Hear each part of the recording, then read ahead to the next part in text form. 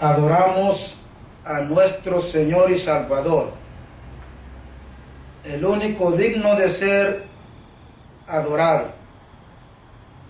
Desde el púlpito de la Iglesia Cristiana Plenitud de Dios,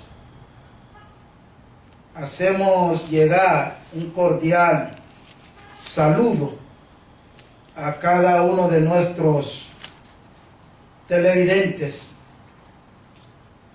y cada uno de aquellos que por las diferentes vías nos sintonizan. Queremos y pedimos que la bendición del Señor sea con cada uno de ustedes. En esta ocasión queremos decirles, amados amigos y hermanos, que si pudieran darle un seguimiento a estos programas, mayormente lo de la escuela dominical, que es el libro a los Romanos, y de la manera como la sierva lo está llevando, nosotros aquí en el solar lo estamos disfrutando, y no solamente para disfrutar, sino que estamos ingiriendo esa buena alimentación para el conocimiento de lo que es la palabra del Señor. Así que le insto, amados, que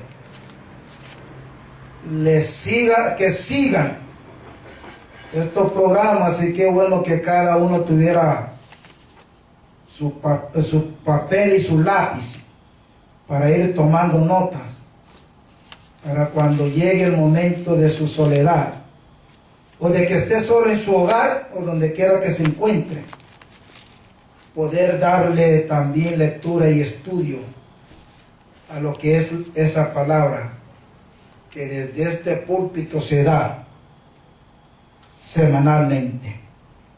Y eso que no estamos grabando los estudios bíblicos que damos los días de semana, solamente los domingos. Pero sí le estamos, amados, porque va a ser para cada uno de ustedes, así como nos lo es, una gran bendición de seguir aprendiendo de la palabra del Señor. Hoy quiero tocar un tema, y lo he titulado como el verbo preexistente de Jesucristo. El verbo preexistente de Jesucristo. Para esto les voy a invitar que por favor abramos nuestras Biblias en el Evangelio según Juan, el Evangelio de Juan, en su capítulo 1, del verso 1 hasta el 4. Y luego leeremos en el libro de Génesis, también en su capítulo 1, y verso del 1 al 3. Juan 1:1 dice: en el principio era el verbo, y el verbo era con Dios, y el verbo era Dios. Este era en el principio con Dios. Todas las cosas por Él, Jesucristo, el verbo, fueron hechas, y sin Él nada de lo que ha sido hecho fue hecho.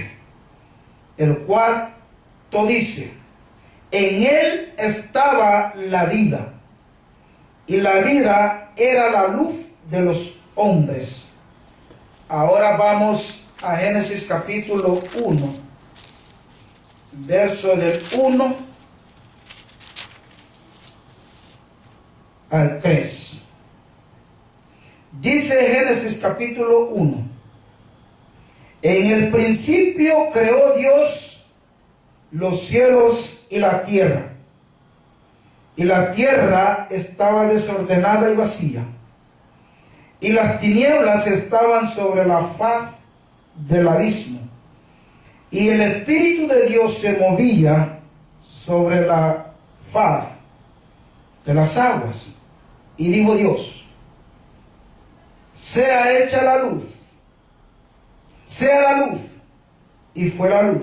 Y el 4 dice: y vio Dios que la luz era buena, y separó Dios la luz de las tinieblas. El Señor bendiga su palabra en nuestros corazones. La preexistencia del verbo. La palabra preexistente es lo que anticipa antes de lo que es la manifestación de algo que ya se ve, pero que antes de esa manifestación ya había una preexistencia. Y Jesucristo, antes de la fundación del mundo, Él ya existía. Para tener un poco de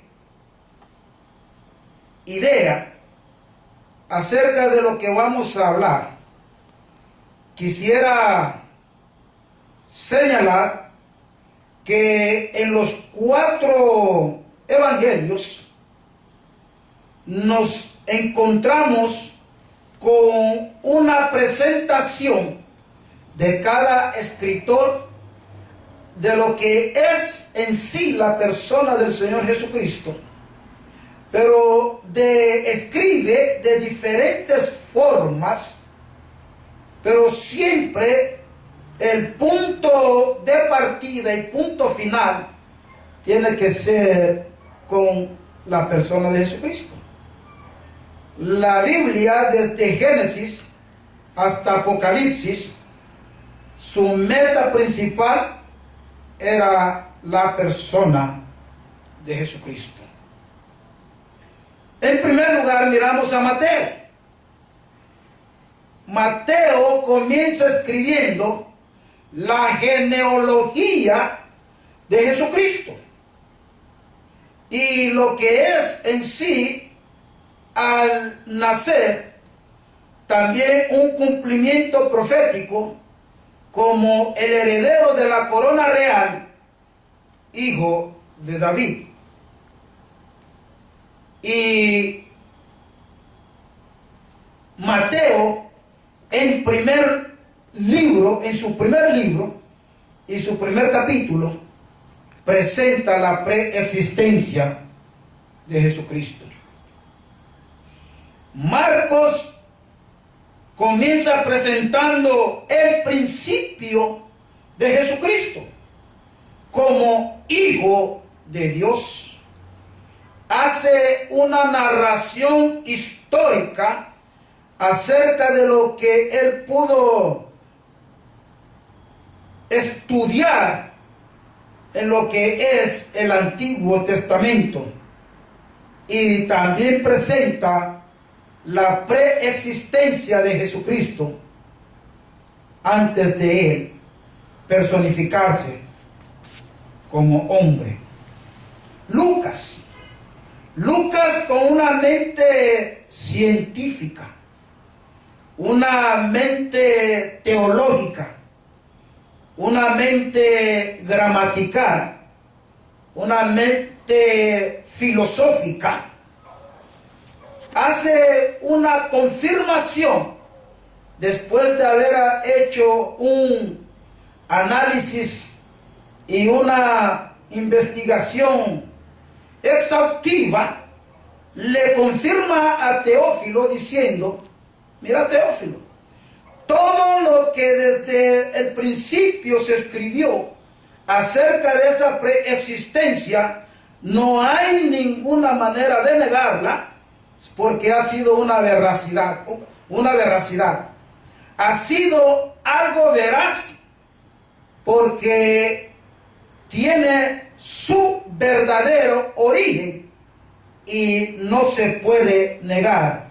Así que Lucas escribió, recapituló toda información que él pudo hacer para probar por sí mismo y luego darla a conocer de lo que es la preexistencia del Señor Jesucristo. Amén. Juan, con una retórica, comienza con el libro de Génesis, y en vista de la constante apelación a lo largo de lo que es el Evangelio en el Nuevo Testamento, dice: en el principio era el Verbo. Dice Génesis capítulo 1, verso 1, dice: en el principio, ¿qué dice? En el principio creó Dios los cielos y la tierra. Y Juan escribe: en el principio era el Verbo, y el Verbo era con Dios, y el Verbo era Dios. Déjame detenerme ahí para decirle, si usted tiene una Biblia que dice y que cita este pasaje, dice: en el principio era el Verbo, y el Verbo era con Dios, y el Verbo es un Dios. Quiero decirle que esa es una Biblia de los Testigos de Jehová, que ellos quieren abolir la preexistencia de Jesucristo, y también quieren abolir y negar lo que en sí es la posición del Señor Jesucristo como Dios, el Dios divino. Entonces, elimine esa Biblia, regálala, o mejor tírala a un lado, porque muchos versos en esa Biblia la han cambiado para quitarle en sí lo que es el peso de la realidad de lo que es la persona del Señor Jesucristo. Ahora bien, Juan quiere demostrar que antes de la creación del universo, Jesucristo ya existía. Entonces, porque aquí el verbo que se usa, aun cuando se refiere al pasado, lo que está diciendo Juan con la palabra verbo, muchos dicen el rema de la palabra, otros le llaman lo que es la manifestación, y todo está bien, pero cuando Juan usa y dice y habla o enfoca en la persona de Jesucristo como el verbo, es lo que Juan estaba diciendo, es que la continuación desde antes de la fundación del mundo, esa continuación de pre a una existencia del Señor Jesucristo ya venía dándose. O sea que por eso dice en Génesis: y en el principio creó Dios los cielos y la tierra. Ahí presenta al Padre Creador. Y Juan dice que sin Él, que todo lo creó Él, y que sin Él nada de lo existente fue creado. O sea que, ¿qué es lo que hoy en día existe en el universo sin que haya sido creado por Dios? Y dice la continuidad de la preexistencia de Dios con lo que es el verbo transmite la idea común de lo que es en sí la presentación de su divinidad, la presentación de su deidad y el reflejo que esto tomó, amados amigos y hermanos. Dios mismo lo refleja en lo que fue la creación y lo que es la creación del hombre. Porque, ¿qué fue lo que dice la creación del hombre? En el capítulo 1, verso 26, hagamos, ya estaba Padre, Hijo y Espíritu Santo. Hagamos, porque si fuera, como muchos dicen, aquellos que dicen solo Jesús, aquellos que no creen en el Espíritu Santo como Dios, aquellos que no creen que Jesucristo es Dios, no hubiera dicho en el principio hagamos, hubiera dicho déjame hacer a un hombre que lleve mi imagen y mi semejanza. Pero no, la palabra de Dios dice que el Padre habló, que es el mismo Dios. Hagamos al hombre a nuestra imagen, a nuestra semejanza. Entonces, reflejando lo que en sí, en la creación, la deidad de Dios, que era anticipada aún antes de la creación. Y no solamente eso, hermanos, cuando el hombre es creado, lo hemos dicho muchas veces y no nos cansaremos de decirlo, que solamente el humano, hombre y mujer, llevamos y tenemos el ADN de Dios. Solamente el humano, hombre y mujer, tenemos lo que es en sí la biología de Dios. Y dice, este era en el principio con Dios.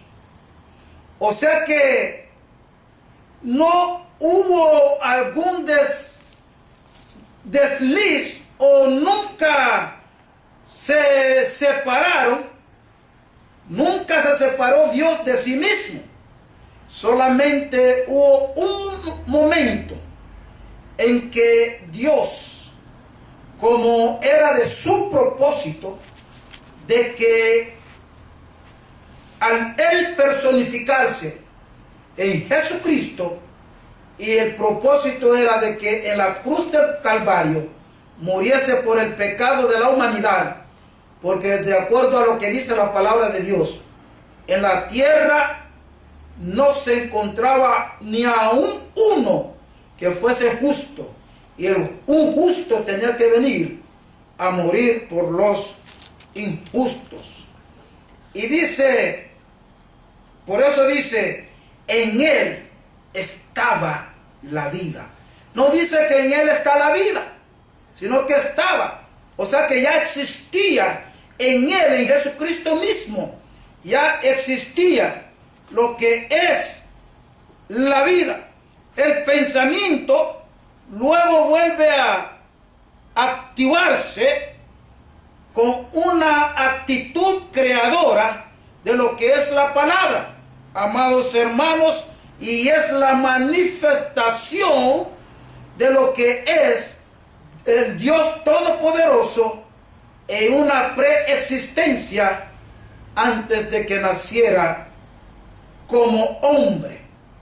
Por eso citamos al principio lo que Mateo escribió. Mateo escribió hijo de David. La genealogía de Jesucristo, hijo de David. Primeramente lo presentó como el heredero de la corona real y en lo que es el reinado permanente y de manera eterna. Por eso digo hijo de David, primeramente. Y luego dice hijo de Abraham. Cuando menciona a Abraham, es el que estaba hablando de esa preexistencia. A través del pacto con Abraham, en el capítulo 22 del libro de Éxodo, y aquel sacrificio, el cual venía a cumplir en la cruz del Calvario, ya todo eso era ya algo planeado por Dios para lo que es la expiación del pecado de nosotros los humanos, de nosotros los pecadores. Por eso la palabra de Dios, Jesucristo mismo nos dijo: yo soy el camino, yo soy la verdad. Nadie viene al Padre si no es por mí. Si no hubiese ahí un señalamiento y algo que el Señor mismo estaba confirmando de que Él era 100% hombre y 100% Dios, Él hubiera dicho: yo soy el camino, yo soy la verdad, y nadie viene a la salvación. Eso lo pudo haber mencionado, pero no. Él dijo: nadie viene al Padre si no es por mí, sino que nadie viene al Padre, a la salvación, si no es a través de la encarnación de Jesucristo, a través de ese sacrificio, a través de esa expiación que Él hizo en la cruz del Calvario por nuestros pecados. Y una vez más, Dios sigue o seguía, amados amigos y hermanos, presentando a su deidad y a su divinidad como preexistente, porque en una ocasión, cuando Dios enviaba a Moisés, allá en el capítulo 3 del libro de Éxodo, a hablar con el faraón, rey de Egipto, para que dejara salir su pueblo para que le adorase, Moisés estuvo rehusando de obedecer el mandato de Dios. No solamente por el peso del compromiso y cuantas cosas pudo haber estado en la mente de Moisés, y él rehusaba. Y por último le pregunta al Señor, buscando siempre una escapatoria, porque, amados hermanos, esa es una gran inteligencia que nosotros los humanos tenemos, es de querer evadir responsabilidades, buscando medios cómo hacerlo, y resulta que a Dios no podemos engañar. Moisés pensó que ya se había salido con lo suyo. No sé hablar, no podré hacer la labor, no y no y no. Por último le dice: bueno, para que dejemos de ese asunto, si ese rey y esa gente a los cuales tú me estás mandando, y amados hermanos, y Moisés conocía ese pueblo, porque él estuvo con ese pueblo. Él quiso tomar la rienda de lo que es el trabajar con ese pueblo, pero no era el tiempo de Dios. O sea que nos enseña que tiene que ser en el tiempo de Dios, cuando Dios nos dice o nos diga lo que hemos de hacer. Entonces dice Moisés: bueno, ahora después de todo esto, déjame hacerte una pregunta.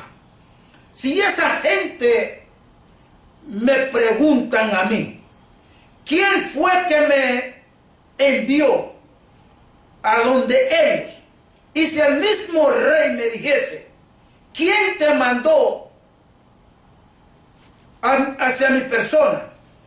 Y Dios, sin pensar, inmediatamente le dijo, mira, Moisés, solamente dile, el que existió antes de la fundación del universo y que él mismo fundó este universo, ese es quien te manda donde él. En pocas palabras le dijo, solamente dile, yo soy, el que te ha mandado. Y eso es lo que exactamente quiere decir, la preexistencia. O sea que el que fue y al él existir formó el universo, y no solamente lo formó, sino que sigue tomando el control, sigue vivo, sigue dirigiendo. Y qué bueno, amados hermanos, que muy pronto él seguirá, pero dará un final a todo esto, lo que en la escuela dominical se estaba hablando. Yo soy el que soy. No preguntes más. O sea que yo soy la causa de la creación. Yo soy el que lleno todo. Yo soy el que no dependo de nadie. Yo soy el Dios Todopoderoso. Eso es exactamente lo que tienes que decir, Moisés. Porque al rey, pocas palabras a un buen entendedor. Y por eso Dios le dijo a Moisés, yo soy el que soy. Y Juan hace énfasis en esa preexistencia. Los otros evangelios en sí no se enfocan en esa preexistencia como lo hizo Juan. Cuando leemos el capítulo 17, en aquella para muchos larga oración, pero para nosotros una oración indispensable, no solamente por el tiempo en el cual se vivía, sino que, como dice, no solamente por estos, sino por aquellos que han de creer en tu nombre por la palabra de estos y los otros que vendrán. O sea que, amados hermanos, y el maestro siempre se enfocó, como tú y yo somos uno, así te pido que sean ellos. Como tú y yo somos uno, aún antes de la fundación del mundo, ellos acaban de nacer, ellos están viviendo, pero de acuerdo al libro de Efesios, a los Efesios, en su capítulo 1, ahí la palabra de Dios dice que ya estábamos en la mente de Dios bajo una predestinación que antes de la fundación del mundo, amados amigos y hermanos, ya Dios estaba mirando a la humanidad. Ya Dios nos estaba mirando aún antes de la fundación del mundo. Y la Biblia está llena de estas verdades. Y cuando leemos en Juan 8:58, en el Evangelio de Juan capítulo 8, verso 58, dice la palabra de Dios: en un momento de encuentro con los religiosos, en un momento de que la multitud estaba enfocado para escuchar el mensaje de Dios, pero habían unos eruditos, estaban los religiosos, estaban los extremistas, estaban todos aquellos fariseos, saduceos y todas estas sectas religiosas que siempre estaban en el acecho en busca de una ocasión para ver si el maestro fallaba, para llevarlo a condenación. Entonces, ahí en ese instante, el Señor, dando sus enseñanzas como siempre, ahora les dice ellos que ellos no eran hijos de ninguna suciedad, no eran hijos de gentiles, no eran cualquiera, porque su padre era Abraham, y que no conocían a ningún otro padre, sino solamente al padre Abraham. Y Jesús, siendo omnisciente, él conocía con lo que ellos iban a salir, pero siendo también omnisciente, él sí tenía respuesta para ellos. Nosotros no somos hijos de cualquiera, nosotros somos reales, porque somos hijos de Abraham. ¿Y cuál fue la respuesta de Jesús? Ahí en el Juan 8:58 dice: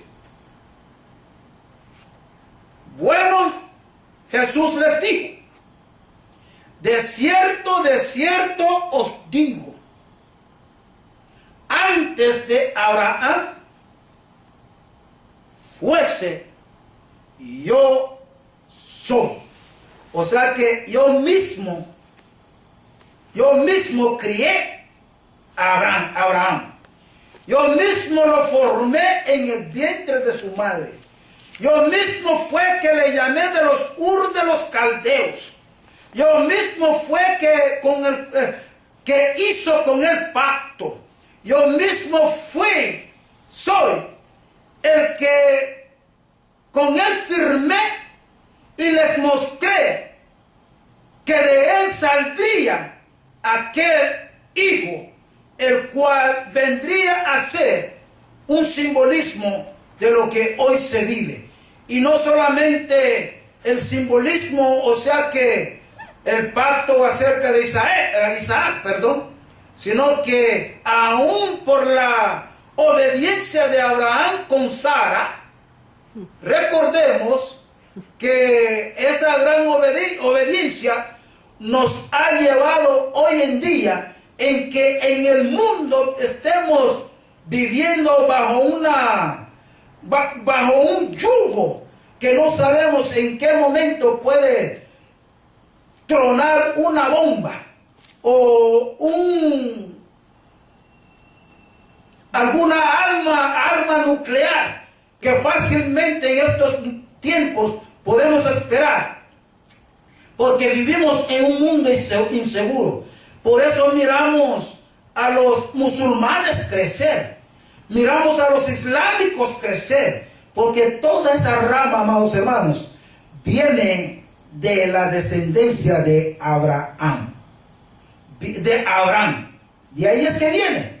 Son hijos de Ismael, son ismaelitas, porque solo hay dos descendientes. Los judíos, los hebreos, entonces, y los gentiles a través de Ismael. Y es lo que hoy en día estamos viviendo, por esa gran obediencia de Abraham, cuando Sara le dijo, bueno, yo ya estoy viejita y también tú ya te estás yendo, pero yo no te puedo dar un hijo, pero ahí tienes a mi criada Agar, así que allégatele a ella. Y Abraham, sin ningún problema, sin esperar y sin cuestionar, salió corriendo y tomó a Agar, y ahí está la consecuencia. Hoy lo estamos viviendo. La relación estrecha de lo que es la vida, entre lo que es la vida y la luz, amados hermanos, no se puede extrañar. Porque en el mundo físico en el cual vivimos, la vida depende de la luz. Si no hay luz, absolutamente no hay nada. Si no hay luz, pero no solamente la luz que brilla, sino que Jesucristo mismo dijo: yo soy la luz del mundo. Y no está hablando de los astros resplandecientes, ni está hablando del sol, ni está hablando de las estrellas, ni tampoco está hablando de la luna, ni siquiera está hablando de esa electricidad por la cual hoy en día gozamos. No está hablando de eso, sino que Él es la luz del mundo. Como el mundo estaba y está en tinieblas, solamente Jesucristo puede alumbrar la vida del humano. Solamente Él. Entonces, por eso, Juan conjuga lo que es el mundo físico en el estado de lo que es la vida, y el mundo espiritual y lo que es la luz del mundo. Y hoy nosotros damos testimonio, y no solamente eso, se está viviendo. La luz en las tinieblas resplandece. No puede haber duda de eso, porque si aquí ahora mismo apagamos, bajamos esos switches, inmediatamente se oscurece aquí. Y no digamos cuando en nuestros países, mayormente en Latinoamérica, se van las luces, hermanos. Imagínense ustedes lo que es la desesperación de la gente cuando no tienen luz. Imaginemos nosotros una vida que no tenga la luz de Cristo. Por eso el mundo hoy en día necesita urgentemente lo que es la luz de Cristo. Dice: en el principio era el verbo. Ese verbo ya estaba, amados hermanos y amigos, y ha sido con un principio. La luz en las tinieblas resplandece. No puede haber ninguna duda que sin la luz no se puede, difícil vivir. La luz es una luminaria general a los hombres, que viene a ser una luminaria a la conciencia, que debería de ser la luz de Cristo, que viene a iluminar la conciencia del hombre, para que a través de la iluminación de esa conciencia, el espíritu del hombre y de la mujer capte el mensaje de lo que es la salvación, que esa luz verdadera, que es Jesucristo, está pidiendo al hombre, se le está acercando al hombre, está demandando al hombre, amados. Podemos decirlo de esta manera, que Dios mismo, porque cuando la palabra de Dios dice que no retarda su venida, como muchos lo tienen por tardanza, el apóstol Pedro escribiendo, sino que pacientemente esperando para que todos procedamos al arrepentimiento, para que nadie se pierda. O sea que Dios es el que está más interesado en la salvación nuestra. Por eso su preexistencia, el verbo que continúa y continuará hasta la eternidad, el mismo verbo se convierte en persona, el mismo Dios que se convierte en persona, siendo el mismo Dios, se transforma, se humana, toma cuerpo humano, y con un solo propósito, para que usted y yo no andemos en tinieblas, sino que acudamos a lo que es la luz de Cristo, el cual ilumina nuestra conciencia, transmitiendo esa iluminación de la conciencia que somos pecadores a lo que es el Espíritu, el que conoce a Dios, para poder pasar de muerte a vida. Alabado sea el nombre del Señor. Esa conciencia, amados hermanos, es la que dirige el corazón del hombre para conocer el bien y el mal. Y ese mismo pasaje dice que él, cuando el apóstol escribió, el evangelista escribió, él dijo que ellos habían visto esa gloria. ¿Y de qué está hablando él? Amados hermanos, Dios es el que siempre se adelanta de las cosas que Él ha de hacer.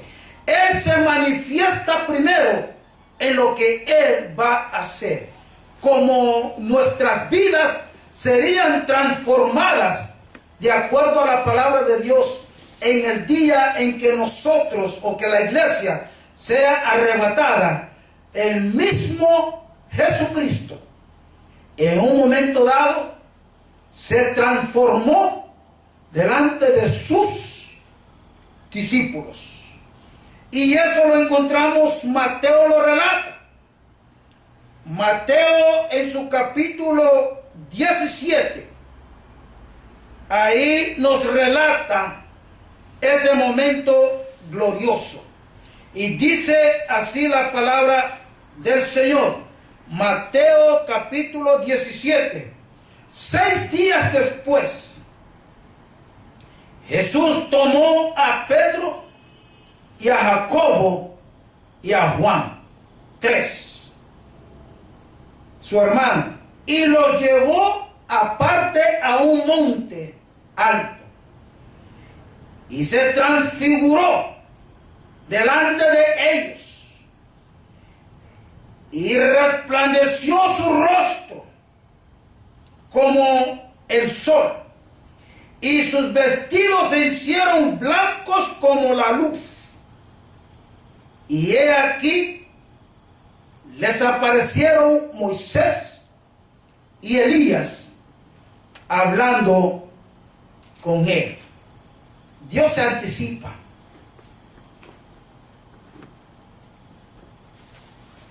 ¿Sabe qué dice la palabra del Señor acerca de nosotros mismos? En el capítulo 5 del mismo libro de Mateo. Oiga, amado hermano, lo que tú eres. Oiga, amado amigo, lo que tú puedes ser. Si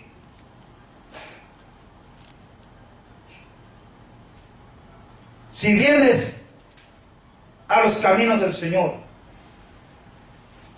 tú serás lo que dice la palabra del Señor. Vosotros, el verso 13, Mateo 5:13, vosotros sois la sal de la tierra. Pero si la sal se desvaneciere, ¿con qué será salada? No sirve más para nada, sino para ser echada fuera y hollada por los hombres. Y ahora mira, Jesucristo dijo: yo soy la luz del mundo. Y oiga lo que dice de nosotros: vosotros sois la luz del mundo.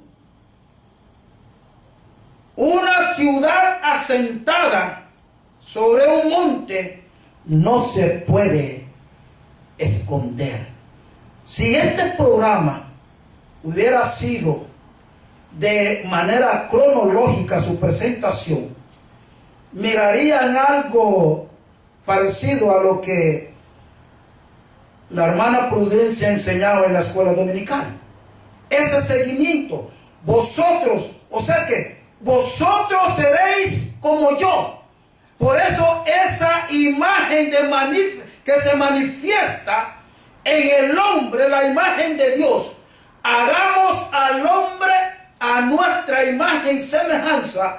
Esa manifestación, Dios la sigue manifestando, amados, porque en esa transfiguración Jesucristo llevó a estos tres discípulos, a Juan, a Jacobo y a su hermano. Entonces, y a Pedro. Entonces, pero ¿con qué propósito? Porque vosotros sois la luz del mundo. Pero ¿con qué propósito nosotros somos la luz del mundo? La Biblia,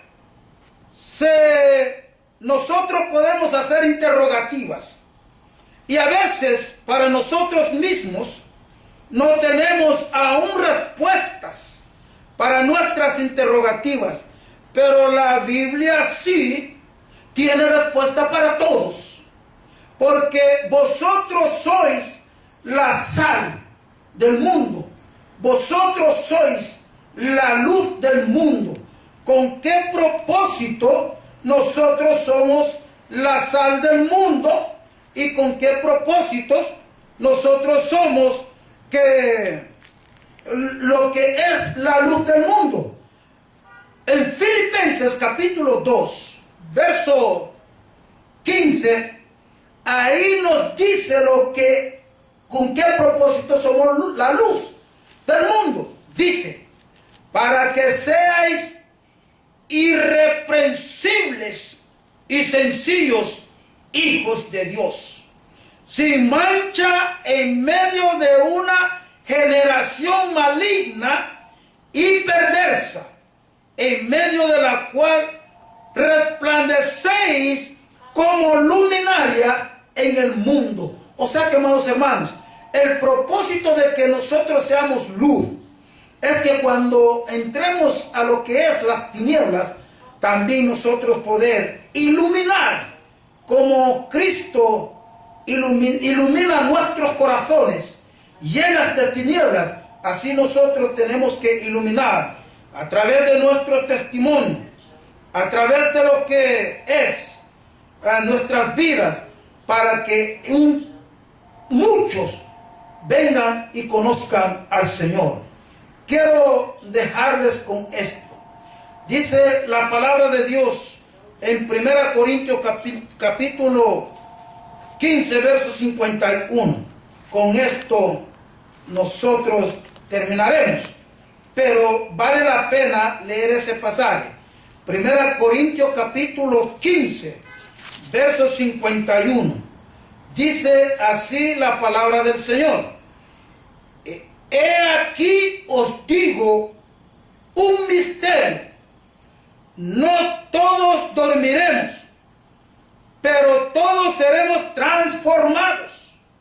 Jesucristo se transformó en aquel monte junto a Pedro, Jacobo y Juan, y dice que seremos transformados en un momento, en un abrir y cerrar de ojos, a la final de la trompeta, porque se tocará la trompeta.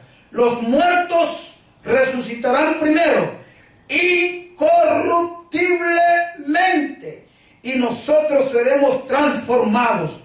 Y ahí dice la palabra del Señor, y seremos tomados juntamente con los que se levantaron de la tumba, aquellos que murieron en Cristo. Y dice la palabra de Dios que juntamente con ellos seremos arrebatados para encontrarnos con el Señor en los aires.